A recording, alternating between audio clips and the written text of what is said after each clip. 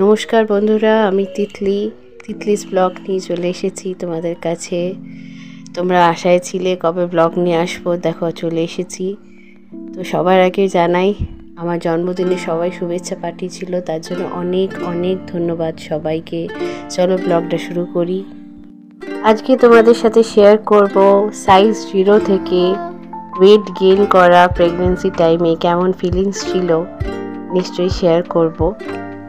যারা নতুন দেখছো প্লিজ আমার চ্যানেলটা সাবস্ক্রাইব করো, লাইক শেয়ার কমেন্ট করো, প্লিজ আমাকে একটু সাপোর্ট করো তোমরা। সবাইকে সুপ্রভাত জানিয়ে চলো ব্লগটা শুরু করে দিই। এখন সকাল 8টা হবে।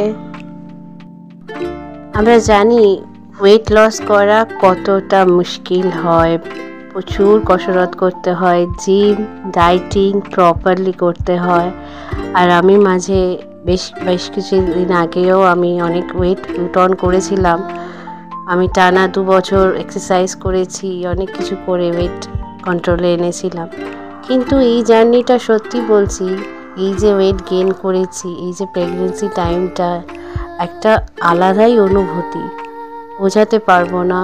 মানে একটা আলাদা ফিলিংস, যে একটা প্রাণ তোমার মধ্যে আছে, সে আস্তে আস্তে বড় হচ্ছে। 9 মাস ধরে তুমি তাকে টেক কেয়ার করছো, একটা আলাদাই অনুভূতি। এতে তুমি কি ওয়েট গেইন করলে, এই অনুভূতির কাছে ওয়েট গেইন করার ব্যাপারটা কিছুই নয়।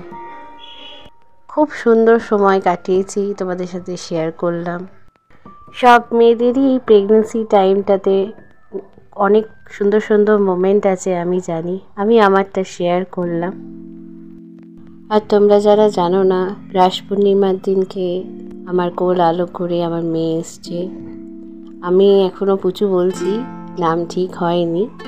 এই যে পুচুকে মা দেখছে, এখনও শরীরে অনেকটা দুর্বলতা আছে, ডাক্তার রেস্টে থাকতে বলেছে। তার ফাঁকে ফাঁকে যতটা পারছি হাতে হাতে করে দিচ্ছি।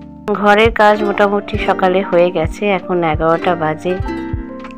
খুব সুন্দর বাইরের ওয়েদারটা, ঝলমল করছে রোদ্দুর, হালকা হালকা হাওয়া দিচ্ছে, ভালোই ওয়েদারটা। পুজো সেরে এবার আস্তে আস্তে রান্নাঘরের দিকে যাওয়া। কিছুটা কাজ বাকি আছে, সেগুলো করে তারপরে রান্না হবে। সেই জন্য ঝটপট করে চলো রান্নাঘরে কাজগুলো সেরে নিই।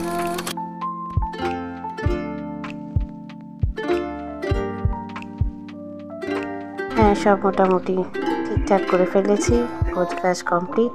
এবার রান্না করা হবে। এখানে প্রচুর কিছু জামা কাপড় সব কাচা হয়েছিল, সব শুকিয়ে গেছে, প্রচুর কাজকর্ম সব কমপ্লিট। এবার সব জামা কাপড়গুলো গুছিয়ে রেখে চলো যাই রান্নাঘরে, মা কি রান্না করছে দেখি। আজকে শনিবার, আজকে আমাদের নিরামিষ হয়, দেখি মা কি রান্না করছে। মা আজকে খিচুড়ি রান্না করছে, আলু ফুলকপি ধনেপাতা দিয়ে খুব সুন্দর করে বানায় মা। দারুণ খিচুড়ি হচ্ছে, আর সাথে একটা মিক্স তরকারি, সব ভেজিটেবলস দিয়ে। তো রান্না তো আজকে কমপ্লিট। তো বন্ধুরা, ব্লগটা কেমন লাগলো তোমরা জানিও। আজকে ব্লগটা এখানে শেষ করছি। প্লিজ প্লিজ প্লিজ আমার চ্যানেলটা সাবস্ক্রাইব করো। যারা মেসেঞ্জারে আমাকে মেসেজ করো তোমাদেরও বলছি, আমার চ্যানেলটা সাবস্ক্রাইব করে একটু পাশে থেকো। প্লিজ শেয়ার করো, একটু কমেন্ট করো, বলো ভালো লাগবে যদি তোমরা একটু সাপোর্ট করো, খুব ভালো লাগবে। সবাই ভালো থেকো। নতুন ব্লগ নিয়ে আবার খুব শীঘ্রই আসছি। ততক্ষণে টাটা, সবাইকে ভালো থেকো।